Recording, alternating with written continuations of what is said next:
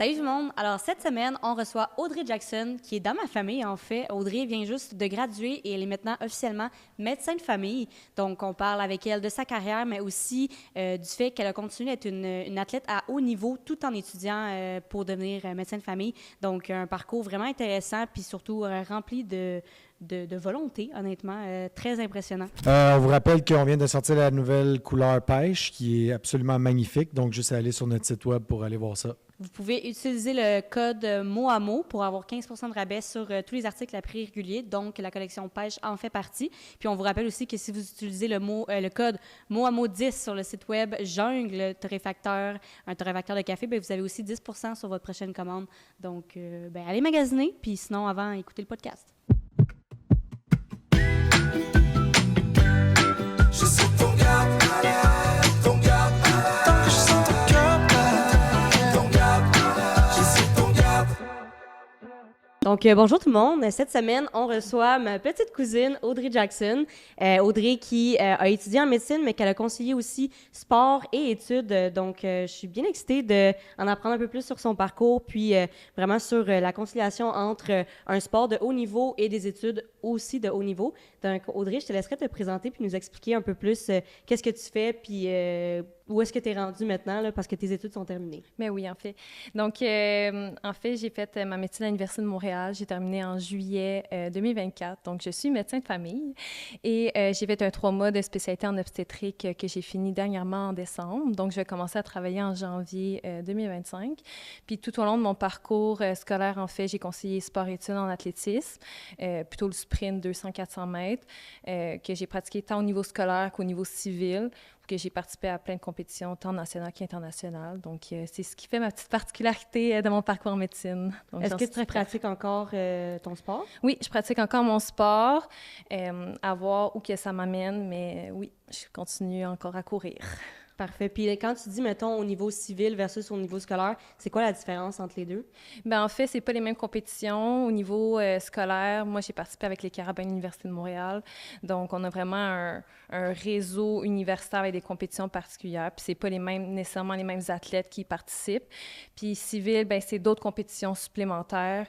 Puis, souvent, au niveau civil, bien, on a plus d'options de faire des compétitions nationales, internationales, que comparativement au scolaire, que c'est plus au niveau national et même provincial. Donc, Okay. c'est un petit peu plus différent, les compétitions qu'on peut se participer. Là. Parfait. Puis tu dirais que jusqu'à présent, mettons, c'est quoi ta plus grosse réussite niveau sport? J'en ai eu plusieurs. Je dirais que j'ai fait une seule équipe internationale, les Panames en 2017, Paname Junior. Mais j'ai aussi participé à 2 Jeux du Canada en 2017 et 2022, si je ne me trompe pas, où j'ai gagné plusieurs médailles. J'ai participé à des relais. On a fait des records tant provincial qu'au niveau des Jeux du Canada. Mais aussi mes 5 années universitaires, je pense que j'ai eu un certain niveau. J'ai gagné plusieurs médailles, donc j'en suis quand même très, très fière. Donc, il y a plusieurs choses. Il n'y a pas une chose en particulier, mais il y en a plusieurs. Très cool. Puis dans ton horaire, ça ressemble à quoi le sport?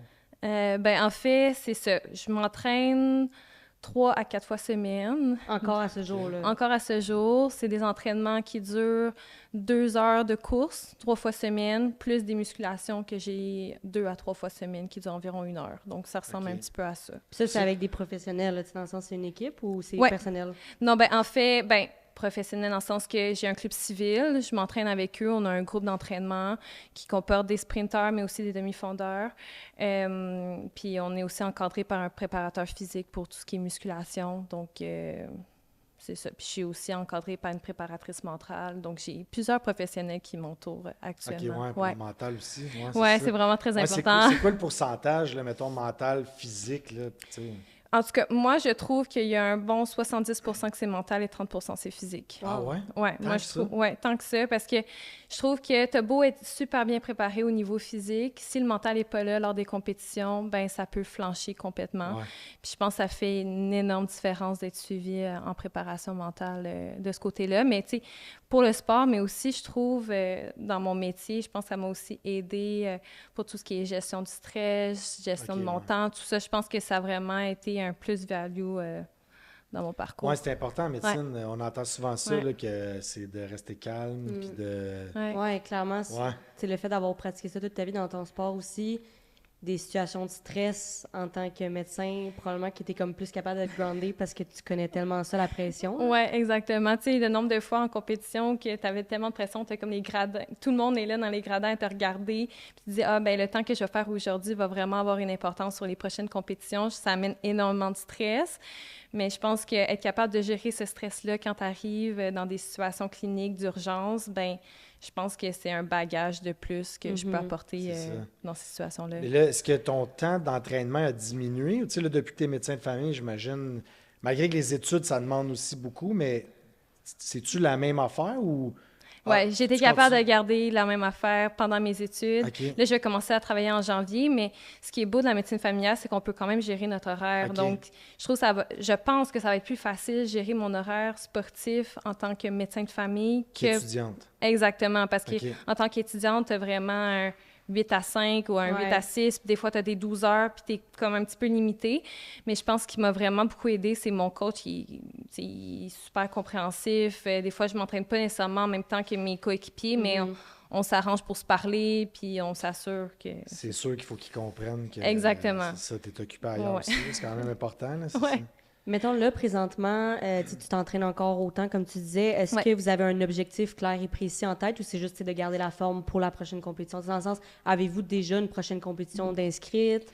Non. Ben pour l'instant, c'est ça. Je m'entraîne, puis je verrai comment ça va, là, dans le sens que là, je vais commencer à travailler, fait que je me laisse un petit moment pour continuer à m'entraîner, puis genre gérer mon bureau, puis tout ça, là.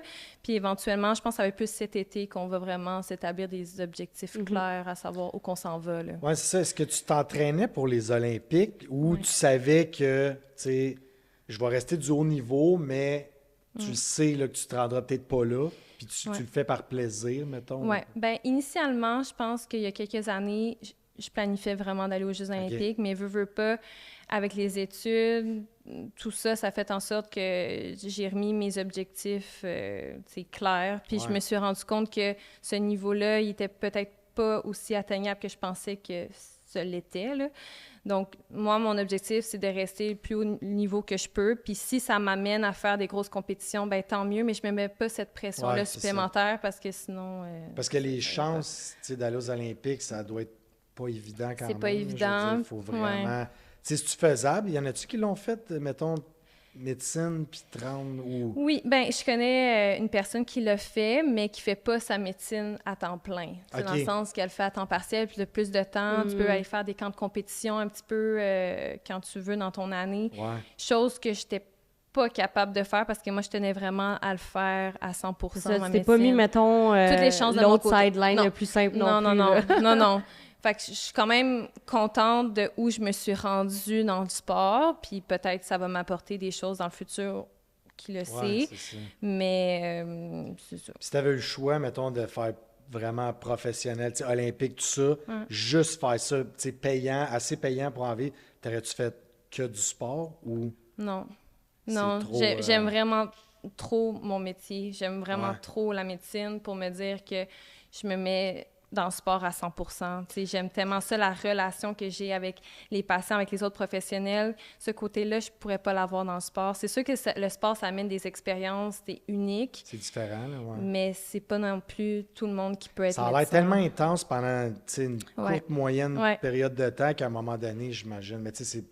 Tous les professionnels, c'est pas mal de même. Peut-être les joueurs de tennis, ils peuvent aller plus loin, mais souvent, même les joueurs de hockey... il y a quelques sports que tu peux te rendre à 40, mais comme la majorité, c'est ça, le pic est dans la vingtaine. Dans la vingtaine, puis je te dirais qu'en athlétisme, pour que ça soit payant, puis pour vivre de ça, il faut que tu sois excessivement bon. Il faut que tu fasses quasiment une finale olympique, là, parce que c'est pas un sport qui est comme le hockey, comme le tennis, comme d'autres sports, que c'est vraiment plus populaire, ce qui fait en sorte que de se rendre dans cette petite partie de professionnels, d'athlètes... Oui, rendu là, c'est ça. Tu peux pas gagner ta vie comme un joueur de hockey ou un joueur de baseball, parce que on n'entend pas parler, sauf aux Olympiques. Puis aux Olympiques, le Canada, je pense pas que c'est les plus payés non plus. Non plus. Fait que à moins d'avoir des commanditaires, comment ils font? C'est surtout les commanditaires. Je te dirais, c'est surtout les commanditaires qui font en sorte qu'ils sont capables de vivre de leur métier. C'est ça, tu te fais pas payer pour ta compétition en tant que telle, à moins de ramener une médaille, mais même là, c'est quoi, c'est 25 000. Puis encore là, les commanditaires, pour pouvoir en avoir, clairement, il faut que tu sors de la masse. Oui, il faut que tu performes, puis c'est dépendamment de si tu fais des records personnels et tout ça, ben là, tu peux faire de l'argent supplémentaire. Okay. Mais sinon, je te dirais, c'est surtout les commanditaires qui font en sorte que tu peux en vivre, là. Ouais, c'est ça. J'aimerais ça qu'on parle un peu plus de, c'est ça, la conciliation études et sport, parce que, comme on a dit, tu as fait tes études en médecine. Tu sais, ça ressemble à quoi? Est-ce que l'université en tant que telle, est-ce que c'est eux qui adaptent ton horaire? Je pense qu'il y a eu des bourses là-dedans. Tu sais, comment ça fonctionne, mettons, pour pouvoir avoir pas cette exemption-là, mais dans le sens que l'université te laisse prioriser autant un sport pour des études qui sont autant demandantes, là? Mais je pense que l'université... En tout cas, dans le préclinique, ce qui m'a vraiment beaucoup aidé, c'est de leur dire « Ah, ben j'ai telle compétition à tel moment, est-ce que vous pouvez vous arranger que mon examen soit fait à un autre moment? » Ça, il était super compréhensif. Par la suite, des choses, c'est sûr que moi, pendant ma résidence en médecine familiale, ils ont été super conciliants. On a un stage en région à faire, bien, ils m'ont permis de le faire un petit peu plus proche pour que je puisse continuer à m'entraîner à Montréal, parce que les pistes d'athlétisme à l'intérieur, il y en a juste à Montréal et à Québec. Puis sinon, c'était beaucoup plus loin. Puis j'étais comme, mais je pourrais pas m'entraîner pendant 3 mois de temps. Là, ça marche pas. Donc, je te dirais que dans ce sens-là, ils m'ont vraiment beaucoup aidée. C'est sûr qu'au niveau financier, tu sais, moi, j'avais pas nécessairement de bourse pour pratiquer mon sport à l'Université de Montréal. Ça coûte cher, faire du sport de même? L'athlétisme, c'est pas un sport qui te coûte très cher, je te dirais, tu sais, en moyenne, ça coûte peut-être 1 000 $ par année, mais tu sais, quand que tu compares à comme le hockey, tennis, puis tout ça, golf, là, c'est vraiment pas la même game. Fait que je te dirais que c'est quand même un sport assez accessible en général. C'est des souliers, les entraîneurs que tu payes. Mais c'est ça. Les entraîneurs, puis tu sais, as-tu des massos, je sais pas, Ça, c'est à côté. Ça, c'est à côté. Ouais, ça, c'est des coûts supplémentaires, mais tu sais, avec les assurances et tout ça. OK, tu t'en sors pas pire. Je m'en sors pas pire. OK, c'est bon. Ouais.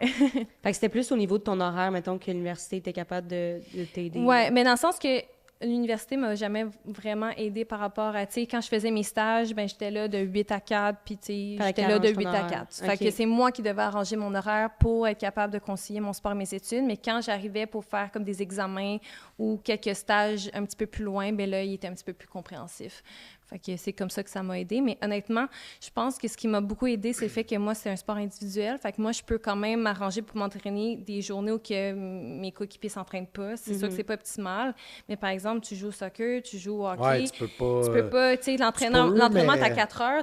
Faut que tu sois là à 4 heures. Tu peux pratiquer ton coup de patin, mais tes passes, c'est exactement. Ça marche pas bien, là, ouais. Fait que c'est pour ça que je connais beaucoup de gens qui ont arrêté à partir de la résidence parce que là, ben ils pouvaient plus être là aux entraînements, puis c'était beaucoup plus compliqué, mais en étant un sport individuel, je trouve que c'est plus facile de concilier. C'est ça, parce que quand tu dis mes coéquipiers, dans le fond, c'est les gens avec qui je cours.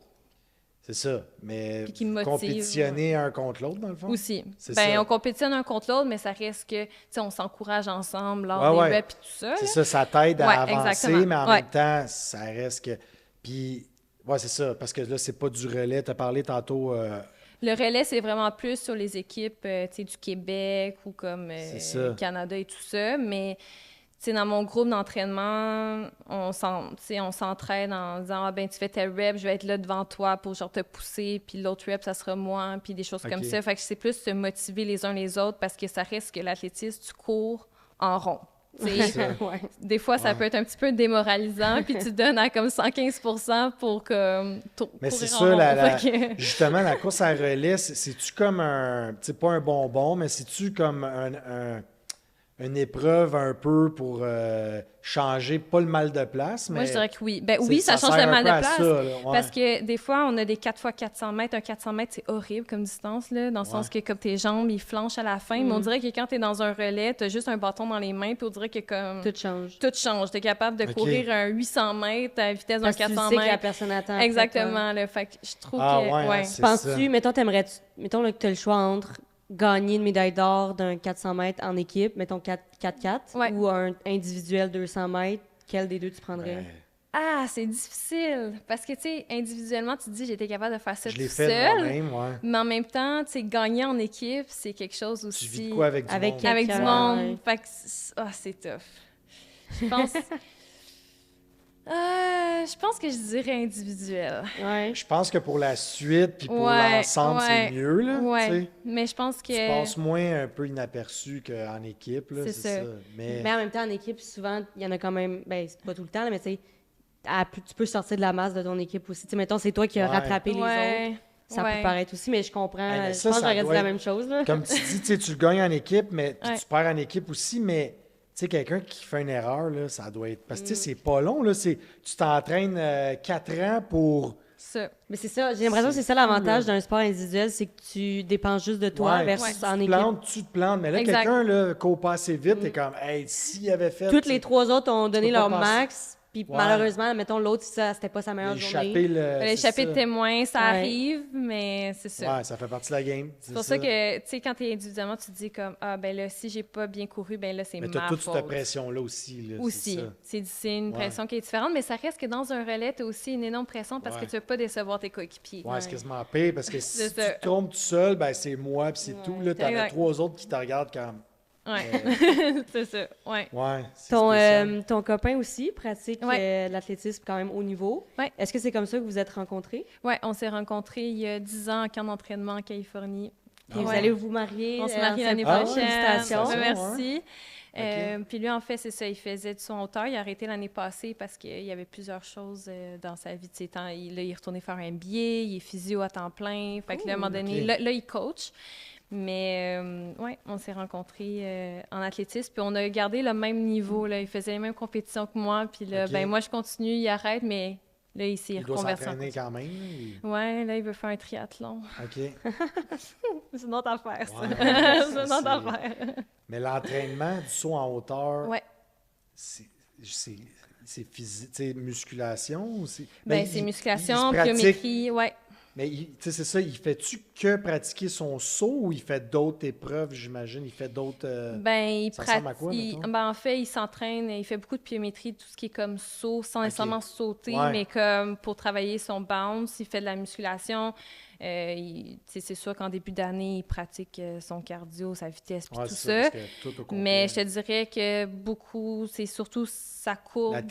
La technique. C'est beaucoup plus technique que nous qui, comme, on travaille notre endurance vitesse. Puis, à la fin des entraînements, il y a toujours un gros sourire dans le visage. Moi, des fois, je suis un petit peu baboune parce que je suis sautée de mes entraînements. Là. C'est pareil. Oui. Est-ce que ça l'a aidé, dans le fond, d'avoir un support moral proche de toi, puis même au niveau de tes études, de savoir que quand tu allais t'entraîner après, mais tu avais ton copain aussi qui pouvait te pousser? Oui, je pense que ce qui m'a beaucoup aidé, c'est le fait qu'on fasse le même sport puis qu'on soit au même niveau. Là. Ça fait en sorte qu'on arrivait... On se comprend, dans le sens que lui aussi a fait des grosses études, il continue ses études actuellement, fait que je pense qu'on se baquait l'un l'autre avec ça, puis ça fait en sorte qu'on avançait en tant que couple aussi. Je pense que si lui n'avait pas fait le même sport que moi, il n'aurait pas compris il n'aurait pas compris la situation, puis ça aurait fait que ça a été difficile, parce que ça reste que souvent on part en compétition, les fins de semaine on est occupé, de la semaine on est occupé, c'est ça. C'est ça, avez-vous quand même assez de temps ensemble? Ou, on vit ensemble. OK, c'est ça, c'est pas si pire. Non, mais tu sais, si t'es tout le temps au gym, après ça le travail, tout... Mais j'imagine que tu as quand même une couple d'heures dans ta journée. Oui, qu'on se voit Oui, c'est ça. J'aimerais ça qu'on retourne parler un peu de tes études en médecine. Oui. Qu'est-ce qui t'a fait décider de vouloir aller médecin de famille? En fait, je savais pas trop ce que je voulais faire à la fin de mon externat, à la fin de mon préclinique de médecine. Je me suis dit, là, en médecine familiale, je vais tout toucher. Je vais faire de l'urgence, je vais faire de l'obstétrique, je vais faire de la prise en charge de patients, je vais faire du CHSLD, des soins palliatifs, je vais tout faire. Puis, je vais me trouver une petite branche là-dedans. Puis, c'est vraiment en faisant médecine familiale que là, j'ai découvert que j'avais un intérêt en obstétrique, d'où la raison pourquoi je veux faire beaucoup de pédiatrie. Obstétrique, juste pour que tu clarifies, c'est... obstétrique, c'est accoucher des femmes. Oui, grossesse, accouchement, soins... c'est ça. Fait que moi, je vais faire du 0-100 ans dans ma pratique, mais j'aimerais ça me spécialiser un petit peu plus en pédiatrie, mais aussi en soins de la femme. Qu'est-ce que ça a dans le sens, est-ce que c'est que tu vas accepter plus de patients femmes? Comment ça va fonctionner pour que tu puisses plus te spécialiser là-dedans? En fait, c'est que je vais avoir des suivis de grossesse. OK. C'est pas tous les médecins qui ont ça. Non, tu peux décider d'en faire ou de ne pas en faire. Ouais. Puis moi, l'objectif, c'est en faisant des suivis de grossesse, c'est de prendre en charge les patientes que j'ai accouchées, puis prendre en charge aussi leurs enfants. Puis, veut pas, il y a aussi le conjoint, les parents, j'essaie de récupérer la famille au complet. Donc, c'est ça. Est-ce que, mettons, tu sais, comment ça fonctionne? Est-ce que tu vas dédier, mettons, on va dire 20% de ta pratique au suivi de grossesse, 80% au suivi normaux, mettons, des j'ai autres pas personnes? encore déterminé ça pour l'instant, mais ça reste qu'en moyenne, je vais avoir une garde de 24 heures d'accouchement par semaine. Ouais. En moyenne. Que ça, tu vas aller à l'hôpital potentiellement. Oui, exactement. Puis là, par la suite, je risque d'avoir environ 1 journée et demie de suivi de grossesse. Puis le reste, ça va être la prise en charge de patients du 0-100 ans, du guichet, de médecin de famille. Là. OK. C'est ça. Les suivis de grossesse, est-ce que, tu sais, parce que, mettons, quelqu'un qui a un autre médecin de famille, mais qui va voir justement pour son suivi de grossesse, est-ce que ça se passe tout le temps à ta pratique, à toi, dans le sens à la clinique où tu pratiques, ou c'est à l'hôpital? Les suivis de grossesse se font en clinique. OK, oui, c'est ça. Puis les accouchements se font à l'hôpital. À l'hôpital. C'est parfait. C'est cool. ça, ouais. Puis est-ce qu'il y a une raison en particulier pourquoi, justement, c'est cette branche-là qui t'a le plus attiré? Tu as fait un stage là-dessus, tu as dit? C'est ça. En fait, avant de rentrer en médecine familiale, je pensais peut-être aller vers l'urgence, mais je voulais pas être urgentologue à 100% puis faire une spécialité juste là-dedans. Puis en tant que médecin de famille, tu peux faire de l'urgence. Fait que moi, je suis rentrée en médecine familiale en me disant, bon, je vais peut-être faire de l'urgence. Là, rendu là, j'ai fait des stages, je me dis, ah non, Audrey, c'est pas fait pour toi l'urgence. Je trouve que quand tu es externe versus quand tu es résident, la charge de travail, l'autonomie est différente. Puis là, je me suis rendu compte que c'était un petit peu trop pour moi, l'urgence. Puis là, quand j'ai fait mon stage en obstétrique, c'est là que je me suis rendu compte que j'avais ce petit côté urgence-là, que des fois, il arrive des choses, il y a le petit stress, mais en même temps, tu sais, tu as aussi des femmes en santé, des beaux bébés, tu sais, ce qui n'est pas toujours le cas à l'urgence, que c'est des patients un petit peu poqués, là. Plus que tu as moins à l'urgence. Exactement. C'est ça. Puis, veux pas, à l'urgence, je me suis rendu compte aussi lors de mes stages qu'il y avait beaucoup plus de gériatrie aussi, beaucoup plus de personnes plus âgées. Puis, tu sais, j'adore la gériatrie, mais je me voyais pas non plus juste faire ça. Fait que c'est pour ça que j'ai plus dévié vers l'obstétrique. Puis là, j'ai fait ma spécialité là-dedans, puis j'adore vraiment ça. Ça, vous avez 100% le choix de faire ce que vous voulez. Là. Ils peuvent pas t'imposer, mettons... D'être en urgence. Oui, disant non, on manque de médecins dans telle branche. Ils t'enlignent vers là ou... Ça dépend où que tu veux pratiquer. OK.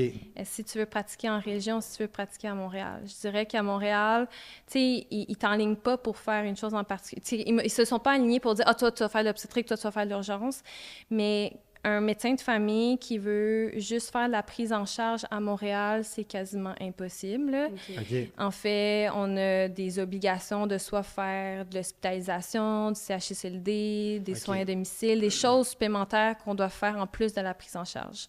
Donc, ça, c'est quelque chose que tu n'as pas nécessairement en région, parce qu'en région, puisqu'il manque de médecins, tu pourrais décider de juste faire de la prise en charge en région, mais à Montréal, en tant que tel, juste faire de la prise en charge, c'est extrêmement rare. La prise en charge, ça veut dire quoi? C'est faire juste du suivi de bureau, là. C'est quand tu vas chez le médecin. Donc, souvent, les gens qui travaillent à Montréal, la moitié de la pratique, c'est faire du suivi de bureau, puis l'autre moitié, c'est soit faire des soins à domicile, des soins à domicile, CHSLD, hospitalisation, puis tout ça. Okay. Puis ça, on nous l'oblige un petit peu si tu veux travailler à Montréal, donc c'est ça. OK, soins à domicile, c'est direct, là, c'est les personnes âgées ou les... Oui, des gens avec des handicaps. Oui, c'est ça, exactement. Ceux qui ne sont pas capables de se rendre... Non, mais il faut que tu en choisisses une. Dans le sens, ça ne fera pas ça. Moi, je ne ferais pas ça. Mais comme, par exemple, quelqu'un qui n'a pas nécessairement de spécialité, on va dire, en obstétrique, à l'urgence, en gériatrie, etc., s'il veut seulement faire de la prise en charge à Montréal, il ne peut pas en faire. Il doit faire autre chose, puis il doit décider, est-ce qu'il veut faire du soin à domicile, du CHSLD, des soins palliatifs? Il doit faire quelque chose de plus. Ouais. C'est quoi, généralement, que vous aimez moins faire? Ça dépend de la personne, là, mais est-ce qu'ils ont plus de difficultés à trouver des médecins pour faire soins à domicile ou... Qu'est-ce qui est... je te dirais, c'est difficile à dire. Je dirais que souvent, tout ce qui est comme CHSLD, soins à domicile, je dirais que c'est le moins excitant, mettons, pour un médecin. Tu sais, c'est vraiment différent de chaque personne, parce qu'il y en a qui feraient juste du CHSLD aussi, mais qui ne peuvent pas non plus en faire parce qu'ils doivent aussi faire de la prise en charge. Fait que il y a comme ce petit côté-là. C'est ça. C'est sûr que l'hospitalisation, c'est quelque chose qui est quand même populaire, mais c'est aussi très demandant. C'est comme des gardes d'une semaine, 24 heures sur 24, qui reviennent à toutes les 6 semaines. semaine. Fait que c'est comme t'es de garde tout le temps. Ouais, c'est ça. Il y a beaucoup de patients, il manque de médecins, donc ils ont Quand beaucoup tu de dis charges. hospitalisation, c'est quoi dans le fond? C'est que... C'est un médecin de famille qui hospitalise, en fait. C'est que c'est, par exemple, un patient qui part de l'urgence, qui va à l'étage, bien, en fait, ça va être, dépendamment des hôpitaux, bien, ça va être le médecin de famille qui va prendre en charge le patient, puis qui va demander les spécialités à droite, à gauche, mais c'est lui qui va être en charge du patient. OK, c'est ça. Ça dépend des hôpitaux, je dirais. Ouais. OK. Puis, comment ça fonctionne, mettons, tu sais, quand tu as fini tes études, là, que tu as officiellement, t'es rendu médecin, là, comment, en tant que nouveau médecin, tu choisis une clinique? Est-ce que c'est les cliniques qui viennent à toi parce qu'ils en veulent? Ou c'est tu t'envoies-tu ton CV? Tu sais, comment ça fonctionne? C'est vraiment très compliqué. Ah ouais? Je m'attendais pas à ça, là, mais honnêtement, il y a plusieurs étapes. Premièrement, quand que tu finis, ben en fait, tu appliques pour les PREM. Les PREM, c'est l'endroit, la région dans laquelle tu vas travailler. À Montréal, il y a plusieurs petites régions. Puis là, il faut que tu fasses tes entrevues pour pouvoir travailler dans cette région-là. Après ça, ben... Fait que tu pourrais être refusé dans la région. Tu pourrais être refusé, court, exactement. Ouais. Puis une entrevue, ça ressemble à quoi, mettons? Ben en fait, ils vont poser des questions par rapport à, ben c'est quoi les besoins de la population dans telle région? Est-ce que tu connais ta région? Est-ce que tu connais comme... C'est les besoins. Faut que tu connaisses la région dans laquelle tu veux travailler. Étude de marché. Exactement. Oui. Ah ouais? OK. Fait que là, une fois que tu es accepté là... Une fois que tu es accepté là, ben là, tu as des cliniques comme que tu visites et tout ça. Mais là, après ça, tu as les AMP, qui est les activités médicales particulières, qui est en fait ce que tu vas faire en tant que médecin de famille. Comme, par exemple, est-ce que tu vas faire du CHSLD, du soin à domicile, tout ça. Puis chaque région a leurs activités qui ont besoin. Fait que ça aussi, il faut que tu magasines pour ça. Et là, après, si tu veux travailler à l'hôpital, ben là, ça, c'est une entrevue supplémentaire. Comme moi, j'ai dû faire une entrevue supplémentaire pour pouvoir travailler à Sacré-Cœur où que je vais accoucher des patientes enceintes pour pouvoir avoir un poste en obstétrique là-bas. Fait que moi, j'ai passé à travers 3 étapes, c'est-à-dire le PREM, les AMP et le PEM. Là. C'est 3 étapes. Mettons, tu avais été acceptée à ta clinique, mais pas à l'hôpital Sacré-Cœur. C'est quoi qui arrive dans ce temps-là? Ben, j'aurais pas pu accoucher des femmes enceintes. Mais tu aurais pu rester à la clinique? Oui, j'aurais pu rester à la clinique. OK. Ouais. Puis là, tu as officiellement réussi les 3. Oui, moi, j'ai réussi les 3, mais ça a été un long parcours. Ouais, un bon 6 mois de parcours. Là. Les cliniques, ça marche comment? C'est-tu toutes des... Pas privés, mais ça appartient-tu à quelqu'un ou...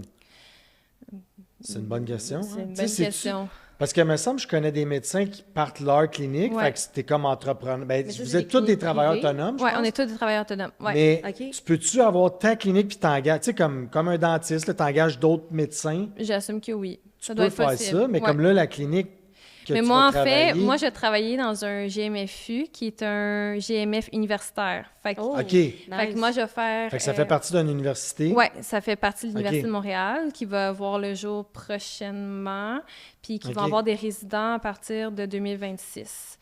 Donc, en fait, moi, je vais aussi faire de l'enseignement de résidents. Fait que ce GMF-là appartient à l'université. Mais des fois, c'est ça, c'est des GMF qui appartiennent à un groupe de médecins ou à un médecin en particulier. Puis un GMF, c'est public, c'est ça? C'est public, groupe de médecins familiaux. Y a-t-il un avantage en étant dans une clinique privée versus publique pour un médecin de famille? Bien, en fait, je dirais, la raison principale pourquoi les gens y vont en clinique privée, c'est pas pour le salaire. C'est pas pantoute pour le salaire, c'est vraiment plus pour la qualité de pratique, dans le sens que un médecin de famille, par exemple, je dis à Montréal, qui veut juste faire du suivi de patients de 0 à 100 ans, qui veut pas faire de CHSLD, hospice, quoi que ce soit, bien, il pourra pas nécessairement le faire. Fait qu'il va aller dans une clinique privée pour pouvoir faire de la prise en charge puis pouvoir organiser son horaire et tout ça. C'est ça. Donc, c'est la raison pour laquelle les gens vont surtout dans les cliniques privées. C'est absolument pas pour le salaire parce que à ma connaissance, quand tu vas dans le privé, tu perds un pourcentage de ton salaire de la RAMQ à cause que tu t'en vas dans le privé. Fait que c'est pas nécessairement la raison pour laquelle les gens vont dans le privé. Puis, par exemple, par rapport après les GMF, je pense que ce qui est particulier, c'est c'est un groupe de médecins de famille. On est plusieurs médecins de famille, mais on a aussi des infirmières. On peut avoir des physios, ergo, tout ça. Fait que c'est comme vraiment un groupe que je sais pas, honnêtement, j'ai pas visité des cliniques privées, je sais pas comment ça fonctionne, là, mais je trouve que c'est ça la beauté des GMF, c'est qu'on a plusieurs professionnels de la santé, ce qui fait en sorte que, en tant que médecin, ça diminue un petit peu notre charge de travail parce qu'on peut déléguer des tâches aux infirmières, à la physio, à la nutritionniste, parce qu'on peut pas non plus tout faire. Fait que c'est ça. Est-ce qu'ils envoient des patients au privé. Tu sais, quand que ça déborde, là, les médecins, des fois, si au privé, ils ont plus de temps, mais toi, tu essaies de prendre un rendez-vous. Sais-tu si ton rendez-vous, OK, dans la clinique proche de chez vous, il n'y a pas de place, on va t'envoyer au privé, puis ils remboursent ou... Ça se fait-tu, ça? Ou ça, je sais pas. Je sais que ça doit fonctionner pour les chirurgies, puis tout ça. On a entendu parler un peu. On en a entendu parler, mais en tant que médecin de famille, moi, toutes les fois que j'ai dû envoyer dans des cliniques privées, c'est qu'ils ont dû payer pour leur service. Puis c'est ça. Pas te faire rembourser. Non, pas à ma connaissance. Ouais. OK. On a parlé évidemment du fait que c'est ça, tu pratiques du sport à haut niveau. Ouais. Qu'est-ce que chacun, mettons, de ces deux parties-là de ta vie a apporté à l'autre? Dans le sens, qu'est-ce que le sport a apporté à Audrey la médecin, puis qu'est-ce que Audrey la médecin a apporté à Audrey l'athlète? Bien, ce qui est facile à dire, je pense qu'il y a beaucoup de choses du sport qui a été reflété dans ma pratique, tout ce qui est comme leadership, gestion du stress, tout ça que j'avais déjà discuté. Je pense que ça m'a vraiment beaucoup forgé en tant que médecin de famille, puis en tant que médecin pour gérer les urgences, puis tout ça. En tant que médecin de famille, qu'est-ce que ça l'a apporté au niveau sportif? Je pense que... Tu peux soigner tes blessures. Ouais, je peux soigner. Le nombre d'athlètes qui disent « j'ai mal là, Audrey, tu peux-tu checker? » Ça l'aide quand même souvent. Sûr, des fois, il arrive des compétitions, qui arrivent des petites urgences. Moi, j'arrive, je suis comme « Allô, est-ce que je peux vous aider? » Fait que je dirais que c'est surtout pour ça.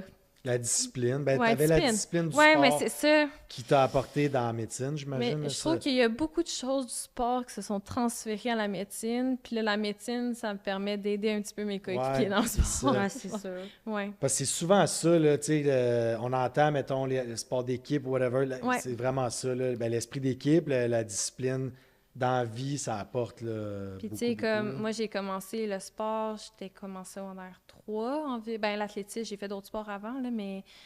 Puis je pense que toutes ces choses-là ont fait en sorte que j'ai été capable de finir mon secondaire, finir mon cégep, avoir les notes suffisantes pour pouvoir rentrer. Puis je pense que j'ai continué le sport pendant tout ce parcours-là. Fait que je pense que ça m'a vraiment aidé à être prête à commencer la médecine. Étais-tu comme vraiment au-dessus de la moyenne à l'école, au secondaire, mettons? Non. Ben, c'est sûr qu'il y avait des gens qui étaient vraiment meilleurs que moi, mais j'étais comme dans la limite supérieure, on va dire. OK. Mais j'étais pas dans les supérieurs non plus. Ça n'a pas été difficile, mettons, de rentrer en médecine? Ben, j'avais une cote qui était suffisante, mais qui n'était pas extraordinaire non plus, là. Fait que je pense que ce qui m'a aussi aidé, c'est mon CV, puis mon parcours qui a fait en sorte, puis les entrevues, parce qu'il y a aussi les entrevues. C'est surtout ça qui fait la différence, plus que, ben, ça prend les notes, il y a un minimum, j'imagine. Oui, ben il y a les notes. Ben, là, je me souviens plus des pourcentages, mais il y a un gros pourcentage qui sont les entrevues en médecine, puis je pense que ils te mettent dans différentes mises en situation, puis c'est être capable de gérer ces mises en situation-là. Fait que je pense que veux pas, tout le parcours que j'ai eu, tout le bagage que j'ai eu dans le sport, puis tout ce que... C'est ça. C'est un profil le fun aussi à accepter, je pense. Exactement. Fait que je pense que ça m'a vraiment beaucoup aidé pour rentrer en médecine, parce que vaut beau avoir comme une codizette genre extraordinaire, mais si t'as pas ce côté-là comme empathique, tout ça, ben c'est ça, exact. Quel conseil tu donnerais à quelqu'un, mettons, qui hésite, qui veut aller en médecine ou dans n'importe quel domaine qui est un peu plus, on va dire, demandant, mais qui veut aussi concilier le sport? Tu sais, toi qui l'as fait puis qui a clairement aimé ça, c'est quoi le premier conseil que tu donnerais à cette personne-là? Bien, probablement d'être bien entourée. Ça l'aide énormément. Tu sais, si j'avais pas mes parents qui me poussaient dans le dos ou mon entraîneur aussi qui me poussait dans le dos puis qui était compréhensif, je me serais jamais rendue là. Je pense que c'est de savoir bien gérer son temps, bien gérer ses objectifs, puis tu sais, pas se mettre trop de pression sur les épaules. Je pense que des fois, ça peut être difficile parce que tu dis « Ah, mais là, je veux performer dans ci, dans ça », mais c'est comme impossible pour un être humain d'être capable de tout faire. Fait que je pense que c'est juste comme relativiser les choses, puis tu sais, d'avoir des objectifs, des rêves, puis tu sais, travailler fort. Là. Y a-tu un moment donné que tu as voulu lâcher un ou l'autre? Ben, à un moment donné, je dirais que pendant ma résidence, c'était difficile. Dans le sens que j'avais beaucoup de pression, tu sais, de devoir performer dans mes stages, puis tout ça. Puis en même temps, j'avais des gros objectifs sportifs. Puis là, je me disais, mais là, Audrey, là, c'est too much. Là. Puis là, c'est à ce moment-là que je me suis dit, ben c'est une bonne chose d'aller en préparation mentale pour essayer de m'aider. Okay. Puis, tu sais, après, j'avais le support de ma famille, puis tout ça. Puis c'est là que je me suis rendu compte que si j'avais pas le sport, j'aurais pas nécessairement l'équilibre de vie que j'ai. Puis je j'aurais fait un burn-out, là. C'est ça, parce que le Ça me sport, permet de changer les idées. c'est ça. Tu faisais C'est pas ça. juste te consacrer à tes études, puis on s'entend que des fois, ça peut être... C'est ça, ça peut être mauvais pour quelqu'un. Ça peut être mauvais Mais pour c'est quelqu'un. ça, c'est bizarre parce que le sport, c'est très demandant. Ben, au Ouais. niveau de même, c'est super demandant, Ouais. mais en même temps, C'est vraiment libérateur. Là. ça t'aide de l'autre côté parce que en étant en forme, ben là, c'est Ouais. sûr que ton cerveau, il fonctionne mieux, tout Ouais. fonctionne mieux. Ouais. Tu as Tu plus dors d'énergie, mieux, ouais. tu dors mieux, tout ça. Fait que là, c'est comme, c'est de balancer ça. C'est juste d'avoir un bon équilibre. Parce que dès qu'il y en a un qui devient un petit peu trop Ouais. important que l'autre, ben là, ça peut facilement flancher puis C'est ça. partir dans le mauvais sens. Fait qu'il faut juste être capable de relativiser les choses puis de maintenir cet équilibre-là. Serais-tu médecin si tu n'avais pas fait le sport au niveau, Non. tu penses? Non. Ah ouais, tant que ça. Non. Sais-tu pourquoi? Y a-tu une... Parce que je pense que si j'avais seulement fait mes études en médecine, je serais devenue folle. Ouais. J'avais besoin de ce côté libérateur-là, de voir d'autres gens qui sont pas nécessairement dans le milieu médical pour me changer les idées, puis me dépasser moi-même, puis comme ne plus penser à la médecine de temps en temps, ça fait vraiment du bien. Mais je pense Ok. que j'avais besoin de mon sport pour me rendre. Mais où que je c'est-tu suis. le sport en tant que tel ou c'est le fait que tu avais comme un autre, pas hobby, là, mais que tu faisais d'autres choses que de la médecine, dans le sens, Je pense que c'est-tu ça- le côté physique, santé, puis... Je pense que le côté santé, ça l'aide énormément, Ouais. mais je pense que c'est surtout le côté hobby, passion, de etc. divertir un peu de C'est l'autre ça, bord. parce que c'est ça aurait pu être de la musique, là. J'aurais pu Mhm. faire Ouais, autre c'est ça. chose. Puis je pense que... Juste de faire en sorte que la médecine Ouais. ne soit pas juste ta vie. tu sais, dans le Exactement, c'est ça. Parce Mais- qu'Audrey est plus qu'un médecin, Audrey est sens. autre C'est chose. fou parce que tous ceux qu'on a À eu chaque disent ça, fois, ouais. ouais. C'est comme Ah ouais? t'es la vraiment troisième, le troisième podcast qu'on filme avec quelqu'un qui a soit étudié ou qui est médecin. Ouais. Puis à chaque fois, c'est comme, je ne suis pas qu'un médecin, Ouais. tu C'est sais. ça. Je suis autre chose. Ouais. là. Puis c'est difficile des fois de comme changer cette vision-là parce que les gens souvent ils t'associent OK Audrey t'es la médecin, Ouais. mais tu sais savoir se détacher puis dire OK Audrey est autre chose. Ouais. Je pense que ça a comme un côté libérateur puis c'est ça. Puis mettons en date d'aujourd'hui, est-ce que t'es plus... De quoi t'es le plus fier d'avoir tes études, d'être médecin ou d'être une athlète à haut niveau? Tu sais, mettons, je te dirais... Je pense que c'est choisir les concilier deux, les moi c'est comme C'est les deux? c'est concilier les deux parce que Ça se ressemble pas mal. c'est ça. c'est de la différent, performance. mais je veux des deux. dire, Ouais. Tu sais, c'est de la discipline, Ouais. c'est de jamais lâcher, puis c'est de travailler fort. Parce là, dans le fond, que des moi, deux je dis le côtés. nombre de gens qui sont médecins ou qui sont athlètes de haut niveau, mais qui ont été capables de faire les deux ensemble, j'en connais très peu. On en connaît un, mettons, qui est très, très connu. là. Ouais, c'est ça. c'est ça. Fait Ça, que- c'est quand même exceptionnel. On Ouais. parle de Laurence. Ouais. Ouais, c'est ça. C'est Ouais. quand même Ouais. spécial. là. Ouais. Mais il a fallu qu'il fasse une décision, qu'il prenne une décision. là, Il a je dû pense. prendre une C'est décision. pas là, dans le fond. Il y a la décision qu'il a prise. Ben, il a À ce arrêté le jour, c'est football, médecin. clairement, Ouais, parce c'est que... ça. Ouais, parce que sinon... premièrement, eux autres, ils se maganent impossible. Ouais. là, genre, Ouais. Est-ce que c'est... Tu sais, ben... C'est sûr que lui, c'est le plus connu, mais dans le sens, est-ce que de voir des gens réussir ça t'a motivé toi aussi à le faire? Tu sais, dans le sens, Ouais. quand tu t'es inscrite, tu t'es dit, OK, let's go, je le fais, là, je m'en vais en études de médecine, mais je veux garder mon sport. Ouais. C'est quoi que t'avais-tu justement des motivations ou des gens qui t'ont inspiré à faire ça? En fait, j'ai eu plusieurs personnes qui m'ont inspirée dans le sens, mais ils vivaient pas nécessairement la même situation que moi, dans le sens que c'était soit des athlètes qui avaient fini leur carrière puis que là, ils décidaient d'aller en médecine, ou soit des gens qui faisaient les deux, mais qu'ils se consacraient beaucoup plus de leur temps dans leur sport qu'en médecine, fait qu'ils faisaient comme à temps partiel. Fait que j'avais pas de modèle de gens comme moi qui ont fait ça à 100% les deux en même temps. Ouais. Puis c'est ça que j'espère comme montrer aux gens que c'est possible de faire. ouais, c'est ça. Parce que souvent, c'est vrai, ça, j'avais pas Ouais. pensé, mais souvent, c'est après, parce que la C'est carrière après. sportive, Ouais. est-ce que tu penses que tu aurais été plus loin si tu avais repoussé tes études? Je pense. C'est dur à dire, hein? J'ai pas de boule de cristal, je Ouais. pourrais pas dire. Mais Non, mais est-ce que tes études ont fait que tu pouvais un peu moins t'entraîner que quelqu'un? c'est sûr qu'en termes de. Je disais, c'était pas nécessairement l'entraînement, c'est plus qu'à la fin de la journée, t'es plus fatigué. Ok. T'arrives aux entraînements, t'es Ben ouais. plus fatigué. Parce que, tu sais, c'est ça, on pense à Ouais, tu dis- Joanie Rochette, je pense, tu sais, elle c'est avait ça. fini. Elle a fini, elle a Ouais. commencé sa Ouais. médecine. Ouais. Il y a aussi une des sœurs... Les sorts du four, quelque chose comme Ouais. Sur la pointe aussi. C'est ça, un peu la ça? même Et tout ça, chose. c'est après, mettons, C'est leur après. sport. C'est ça, ils se concentrent tellement dans le sport que... Puis c'est des choix. Puis tu sais, Ouais, c'est chacun décide. C'est Puis ça. c'est très bien de leur côté. Mais moi, mon objectif, c'est vraiment de concilier les deux C'est ça, ensemble. c'est de faire Puis les De deux. montrer que ça se fait. ce que ça se fait. C'est ça. Très cool. Fait que c'est ça. Fait que le conseil que tu donnerais, c'est ça, c'est d'être bien entouré. D'être bien entouré, puis, tu sais, de croire en ses rêves, puis de pas se mettre trop de pression.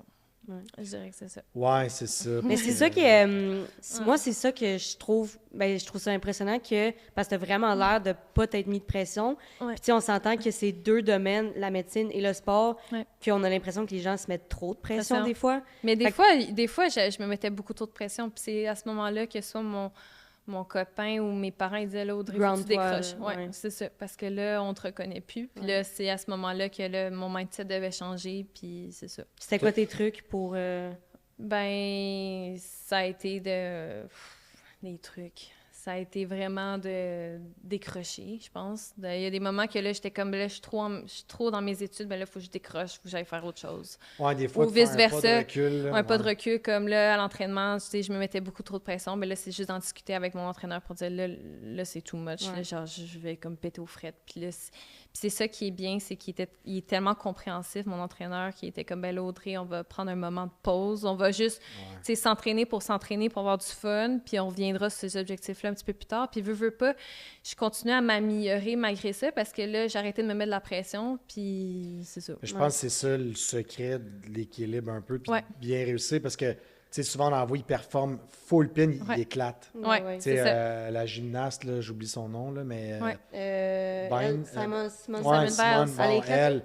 Ben, tu sais, à un moment donné, elle a craqué, là, parce que t'es tellement performant, à un moment donné, tu peux plus, là, je veux dire, humainement ou physiquement, whatever, là, ça explose. Puis, oui, elle s'est rendue là, mais à un moment donné, tu te dis à quel point je veux... Mais tu sais, tu t'es rendue là, mais t'es pas heureuse. C'est ça. Tu t'as pas de plaisir. Pourquoi, c'est ça. Pourquoi j'ai fait ça? C'est ça. C'est ça. Mais, ouais. Tu sais, en quelque part, pour se rendre là, des fois, il faut que tu fasses plein de sacrifices. Est-ce que ça vaut la peine ou pas? Ça, c'est une autre question. Mais quand il faut que tu pousses plus que la moyenne, mais là, à un moment donné, t'es brisé.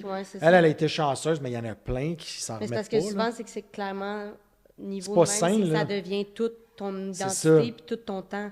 C'est normal qu'à un moment donné, si t'as pas l'équilibre de pouvoir aller balancer ailleurs. Ouais, c'est ça. Mais tu penses-tu que c'est possible de te rendre là, genre, en étant équilibré? Parce que c'est tellement du haut niveau, pour vrai, là. Malgré qu'il y en a qui ont l'air de bien s'en sortir, là. Des athlètes... Ouais, mais ils ont eu tout un moment où ça allait moins bien. C'est impossible pour un athlète que ça a été rose du A à Z, puis qu'il y a des blessures, il y a plein de choses qui arrivent dans un parcours d'athlète. Est-ce que tu t'es déjà blessé, toi? Ah, plusieurs fois. Ouais. Plusieurs fois. Puis, tu sais, veux pas, ça reste que, en général, ça reste qu'avec mes études, puis ça, j'étais souvent fatiguée, puis tout ça. Fait que, tu sais, là, tu te donnes un petit peu trop à l'entraînement. Ah, il y a un petit bobo qui arrive, mais c'est la vie. Ça fait partie de la game. Ça fait partie de la game, exact. Ouais. Faut que tu te soignes puis tu repars parce que les autres le font, fait que faut que tu suives la game. Puis l'affaire qui est un peu plate, c'est qu'en tant que médecin, on dirait que tu penses un petit peu plus à tes bobos. Fait que c'est comme, je sais qu'est-ce que ça pourrait être. Fait que là, tu stresses un petit peu plus. C'est comme, ça pourrait donner quoi. Ah, c'est ça, ça te nuit-tu versus quelqu'un qui sait pas trop c'est quoi, il est comme fuck off, je continue. Toi, tu sais que ça peut empirer puis tu peux te scraper. Mais je pense que tu penses un petit peu plus. Fait que le petit hamster roule à place de dire, OK, Audrey, vas-y, puis fais juste courir, puis à un moment donné, le bobo va partir. Ouais, c'est ça. Ouais. OK. C'est intéressant. Je pense qu'on serait rendu au podcast, pas au podcast, on est au podcast. Je pense qu'on serait rendu au segment mot à mot. Fait que dans le fond, c'est ça, comment ça fonctionne, c'est que je vais te poser 2 questions. Puis la question qui te fait le plus réagir, c'est celle sur laquelle on va discuter. Parfait. Donc la première question, c'est, tu parlais tantôt que sans le sport, tu serais pas médecin. Si tu n'étais pas médecin, quel métier ferais-tu? Qu'est-ce que tu penses de la situation du fait que c'est vraiment dur au Québec d'avoir un médecin de famille? Tu sais, selon toi, qu'est-ce qui devrait changer?